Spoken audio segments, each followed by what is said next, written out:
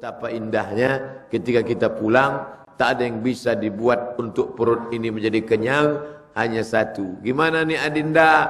Hanya satu bungkus nasi yang bisa kubawa. Enggak apa-apa mas. Yang penting bisa kita selamat dari yang haram. Maka muncullah kata-kata makan sepiring berdua. Itu betul-betul ada, true story itu. Kisah nyata, bukan tak ada. Seorang yang susah pulang membawa nasi sebungkus, ternyata berapa kali kita makan kenyang tak pernah kita ingat. Tapi sekali makan itulah yang dia ingat seumur hidup. Masih ingatkah kau dulu waktu kita kos-kosan teman bersama, laki-laki sama laki-laki, bukan sama perempuan. Dulu waktu kita sama-sama susah, waktu kita pulang dari kuliah, tak ada uang, kita beli nasi sebungkus, habis itu kita bagi dua. Ya, ternyata makan kenyang berkali-kali tak diingat. Ternyata kawan senang tak pernah diingat, tapi kawan susah ingat. Itulah kawanku dulu yang minjam duit. Itu makan duit saya. Sampai sekarang aku ingat, tak dibayarnya sampai sekarang. Mana yang paling kita ingat? Kawan susah. Sadiquka man abkaka. Sahabatmu adalah sama-sama menangis, meneteskan air mata. Laman adhakak, bukan yang tertawa, terbahak-bahak, membuat kau lupa pada Allah Subhanahu wa ta'ala.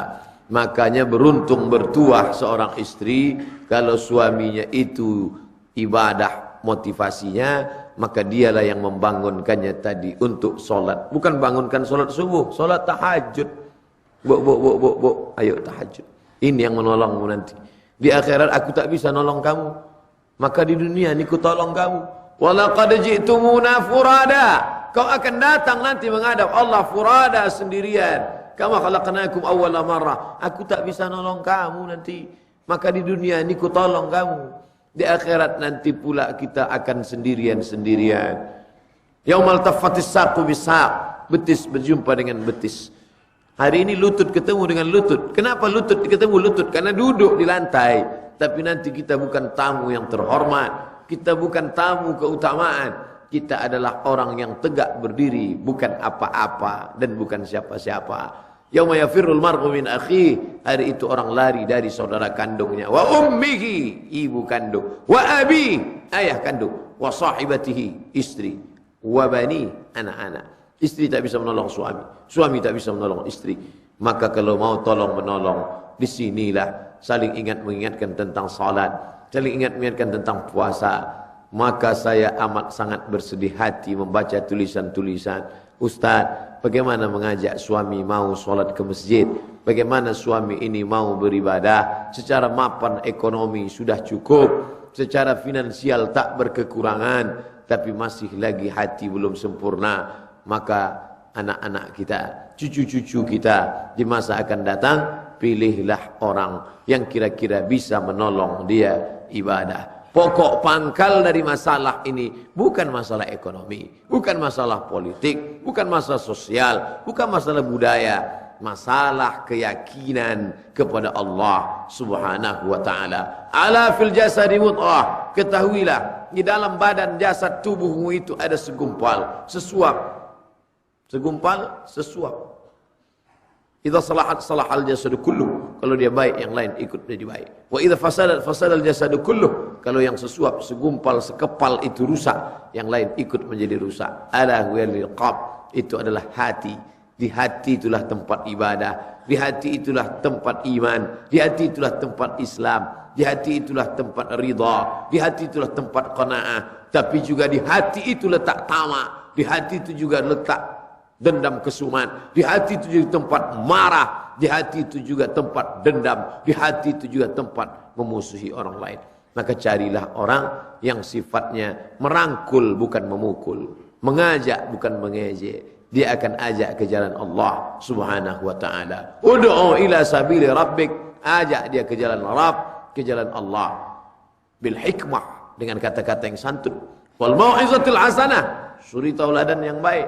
Kalaupun dia perlu didebat, harus berdebat baru dia iqna, baru dia mau ikut. Wajadilhum, debat billati hiya ahsan, dengan cara yang baik. Profesor Dr. Syekh Ismail Raji Al-Faruqi, dosen di Connecticut Temple University, meninggal dibunuh oleh agen Mossad Israel. Karena dia punya misi luar biasa, ingin agar menikah antara sains dengan Islam. Ada yang hebat dalam bidang sains, tak ngerti Islam. Ada yang hebat dalam bidang Islam, buta sains. Siapa yang hebat ilmu pengetahuan, tapi tidak tahu Islam, maka dia adalah orang yang buta.